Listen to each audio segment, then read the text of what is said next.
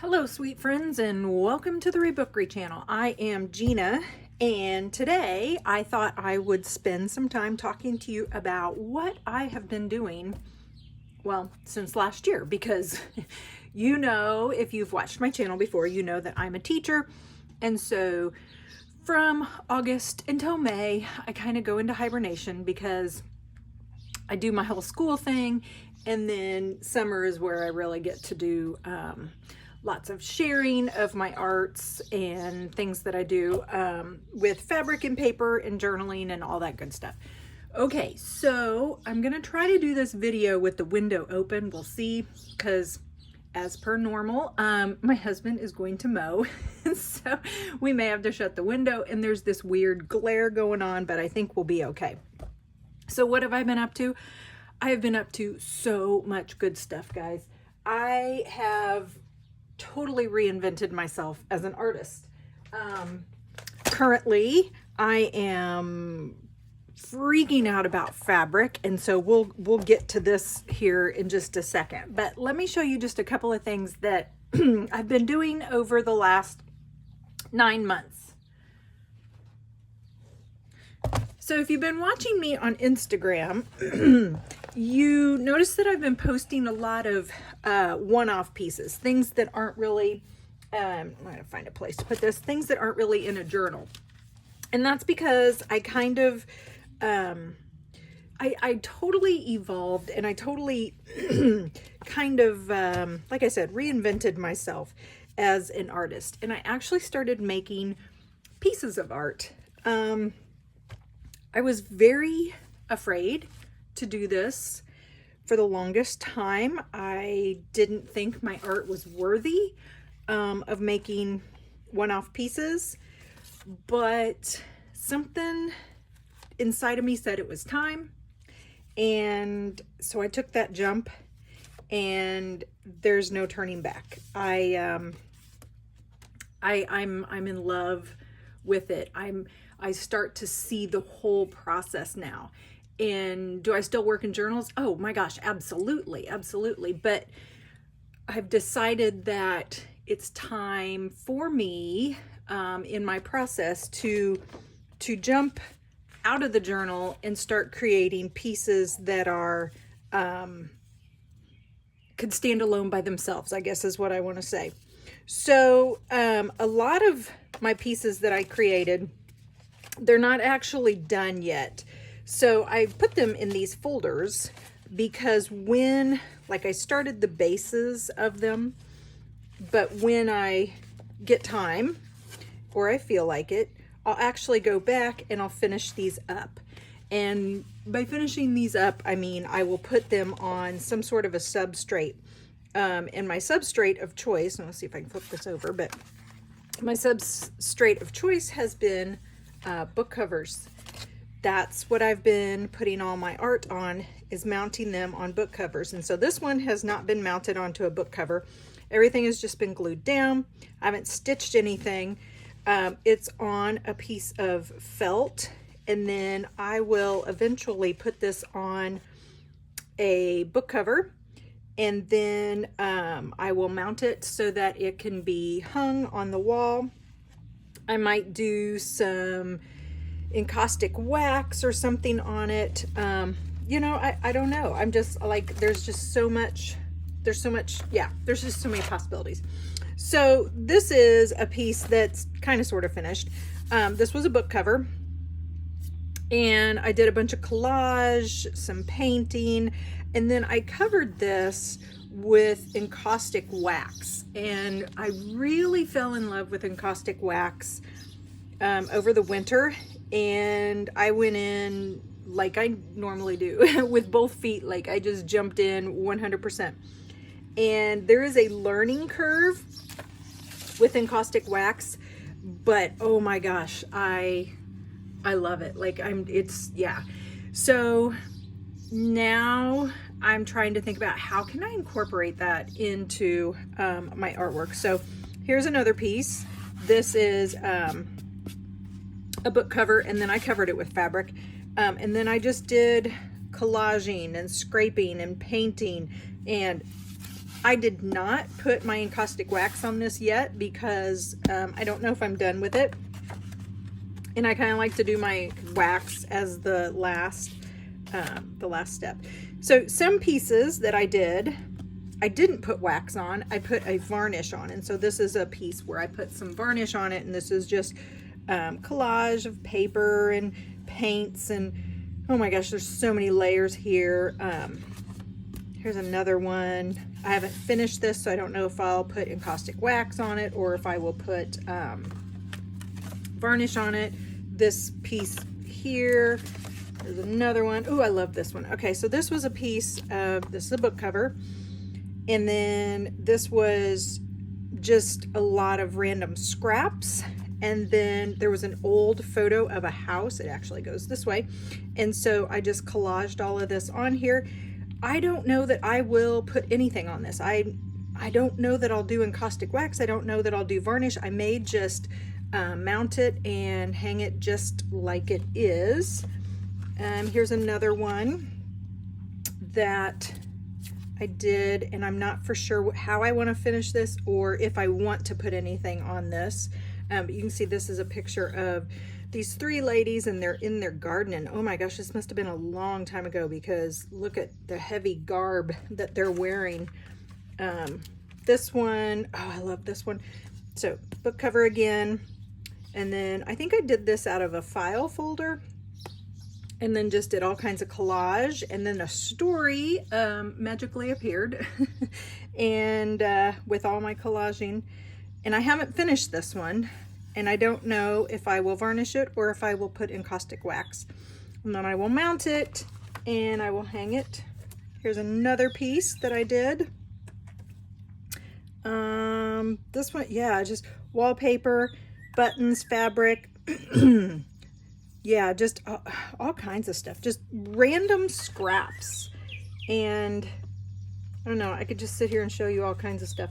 Oh, I really like this one. So this one took a long time because there was a lot of painting and underpainting that went on, and scraping and just playing around with different types of paints.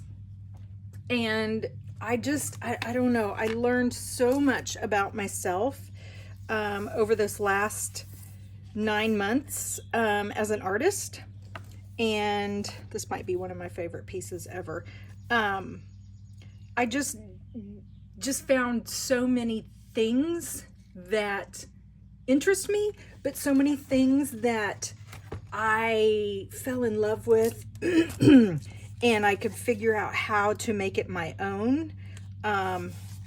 And you know, what I could do to push the limits, and see what else I could get, what kind of results I could get. I heard this I think it was a podcast, and they were talking about the difference between art and craft. And I never really thought that, you know, what the difference was between art and craft. But the way this person said it, it was, it kind of resonated with me. And so they said, you know, craft is something you do and you perfect it over and over and over again. Like you figure out a system and then you just replicate that system over and over and over again, and you perfect it and you get really, really good at it, but you don't deviate from the original protocol or procedure. Art is where you take something and you constantly reinvent it, undo it, make mistakes, go back, fix it, try something new, try doing it a different way, and you never stay stagnant in that same procedure or protocol. And I really like that, just totally hit me, because that is me to the core, and it's me in every single aspect of my life, not just my art, but it's me in teaching. Like, there is a reason why in my 26 years of teaching, I have taught everything from first grade to 8th grade. And I don't like to stay in the same place. My first 15 years of teaching, oh my gosh, my first 18 years of teaching, I had been in 4 different districts and different buildings and middle school and elementary school. And I never stayed in the same classroom more than 2 years in a row. And it was just, I constantly felt the urge that I needed to go tackle something else. And I was like, okay, well, I've done 4th grade. Now let's try 5th grade. Okay, I've done 5th grade. Let's go try 1st grade. Let's try a 1st grade, 2nd grade, mixed aid classroom. Let's go to middle school. Like, I just kept changing, and I just kept pushing myself to try to see what it was that I could do.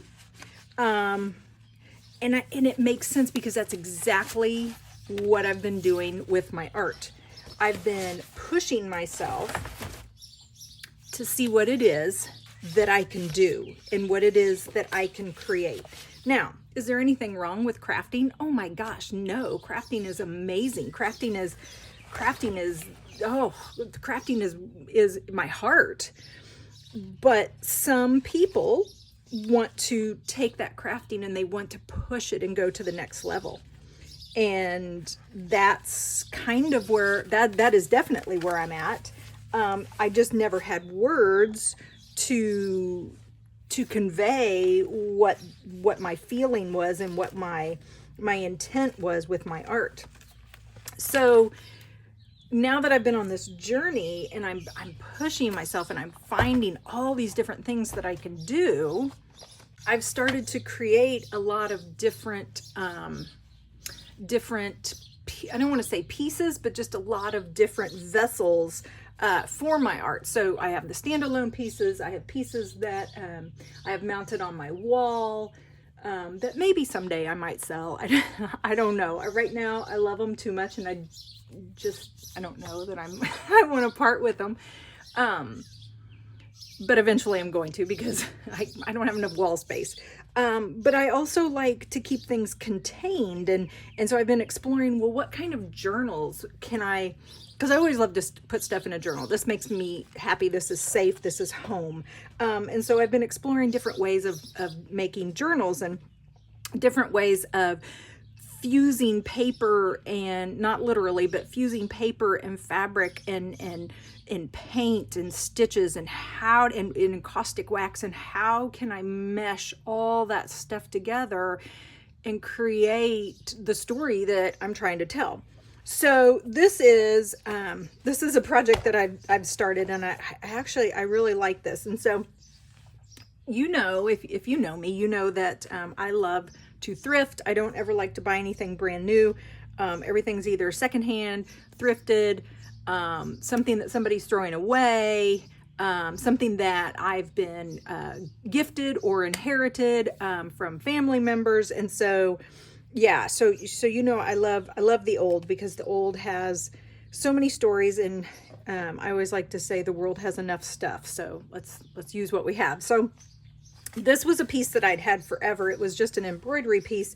There was 2 of them. I think I got them at a thrift store or bought them off of eBay. I'm not for sure, but not my handiwork, but it was just gorgeous. And so I decided I was going to use it, turn it into, like, it's the cover of this book.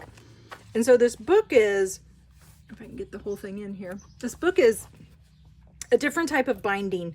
This is one that this is a binding that I would do as I worked, which is not my normal style. My normal style is to make a book and then fill the pages.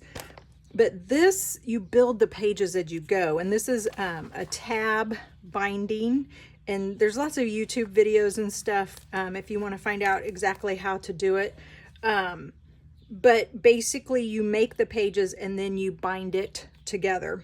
So this is like a place where I can put just, and I don't want to say finished pieces, but things that I've worked on that I want to keep together. I want to make a collection. I want to make this, gather all these little parts and make this larger story. And so I've just kind of been piecing and putting these things together. These two pieces right here, I actually stitched these when we were on lockdown back in 2020. And I spent a lot of time in my bedroom because my husband and I were both teaching from home, and my son was doing school from home. And so we had to have lots of space. And so I was, in my bedroom, sitting there waiting for students to show up on the computer. And I spent a lot of time just stitching. And I really got into slow stitching, and it was perfect for the time because during lockdown, everything slowed down. So I loved these pieces, but they've just been laying around. Like, I just find them on my desk or here or there. And I was like, I need to put them somewhere. And so I thought this would be a great place to put things like that. This is just some play with some paint and collage, and this is a book page and some fabric, and it just kind of all went together. And then this is a piece that I had been working on. This is an old quilt, the back of an old quilt. And I just stitched this on. There's some machine stitching, some hand stitching, some gluing of fabric. And I thought, okay, these two kind of tell a story. And then I found this little bear and I put him on there. And then it's glued to the back of this. This is a piece that I've been working on. Actually, last weekend I sat outside, and that's oh my gosh, that's let me tell you something. Now that school is out, I've found that I have a lot of time to just sit and stitch, and it's so awesome because the weather's been nice, and so we've been sitting outside, and my husband will read, and I just sit there and I can stitch for hours and hours and hours and hours, literally. And so this was a piece that I've been working on, sitting outside.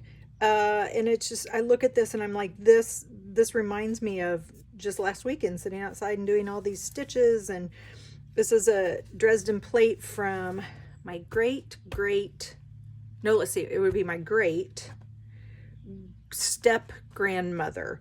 And so I inherited a bunch of these Dresden plates, and they're made with lots of old fabric and feed sacks, and I love them, and it just evokes this feeling. I had this painting that I'd been working on over the winter.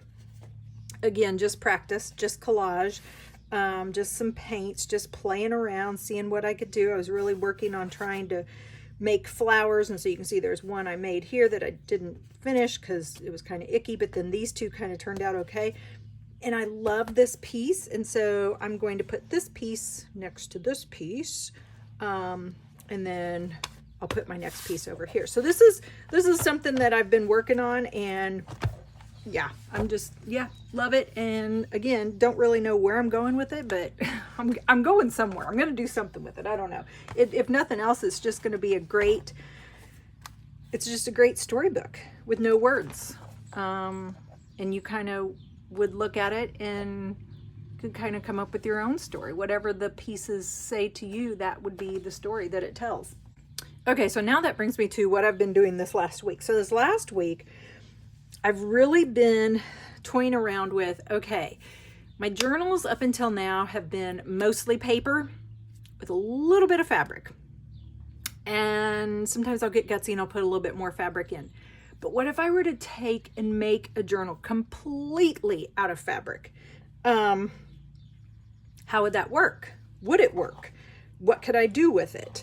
And so I've been playing around with it, and I'm ready to tackle this. Now, do I have doubts and fears? Yes, absolutely. But again, this is the artist part of me. I want to push myself to see what is it I can do? What is it that I can create? How can I become more creative given the constraints of only working with fabric? Because paper's easy. I get paper. And I don't want to say I've perfected paper, but paper and I, we have a really good relationship, and I can make paper do things that I never thought I could make paper do. But now I'm feeling a little stagnant. I want to try something new. So I made a fabric journal. I threw this one together this morning. I got up this morning and I was like, okay, I'm going to do this. And so these are all just scraps. This is literally everything was just laying out on my table because I've actually been making journals to put in my Etsy shop.